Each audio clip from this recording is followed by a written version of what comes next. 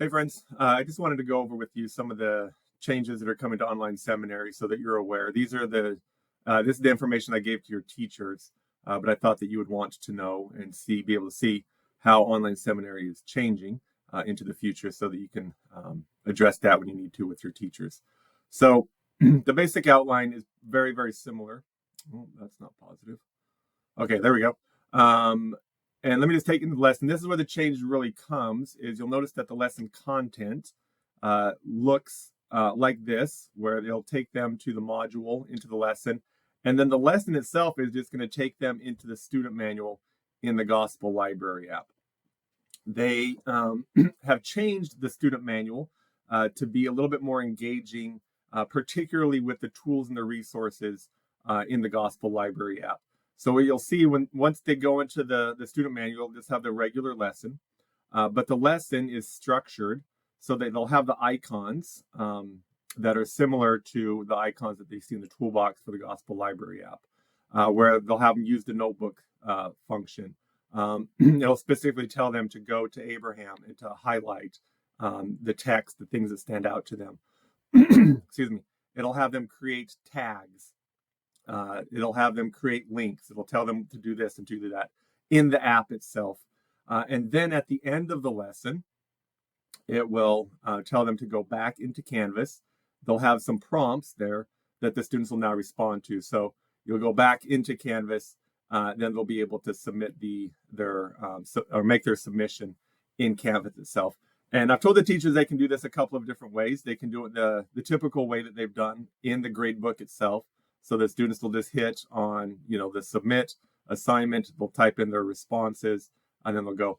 I've also encouraged them to maybe use the Canvas inbox, which is basically an email function. The reason I've done this is because it allows the students, it's more likely that the students are going to read the comments to the teachers, and then to be able to do that. There's also some of the lessons that will do a discussion board. So the next lesson in Moses 1, you'll see that there's a discussion board. We'll do that. So, but the main thing, again, all the lessons are going to kick them into the Gospel Library app, into the student manual. So some of the things that I've been telling the teachers to help kind of with this process is what their responsibilities are. One, they need to complete the lessons themselves. They need to kind of go into the lesson, do the stuff, work with the app. So that when they're responding to the students or they're getting the submissions from the students, they have a good idea of what the students should have just experienced in the lesson, what they've read, what they learned, what they saw.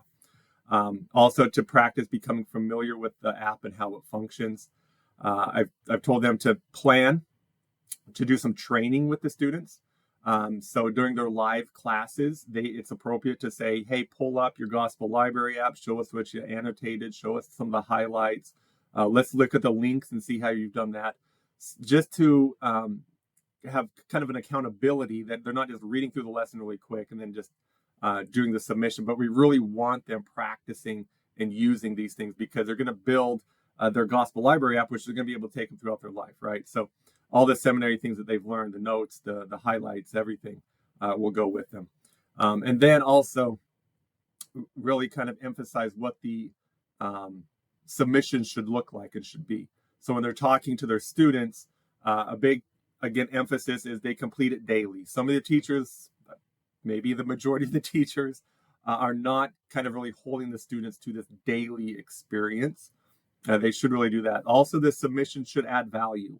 It shouldn't just be, there's a great lesson, I really like Abraham. That was it. If that's the submission, that they should really follow up with the teacher to help, follow up with the student to encourage them to kind of add a little bit more, add value to it. And then again, really emphasizing follow the lesson directions, utilize the Gospel Library app, utilize the features. We're expecting you to do this as part of your seminary experience. So what this means also is that in Canvas, we're not going to be able to track their time well because it's going to kick them out, right? So the amount of time they spend in Canvas is going to be much smaller. So really, we're going to be looking at the submissions on what is the experience that the students had. Does it really evidence that they're contributing in meaningful ways and having the experiences? So those are just some of the changes that are coming out. Again, it might affect you also with your own teachers, since we use that student manual for makeup work. So just kind of be aware of it's a little bit different than it's been in the past. Again, as always, if you have any questions, just reach out to me or Jen, and we'll kind of go over things with you. But all right, thanks everyone.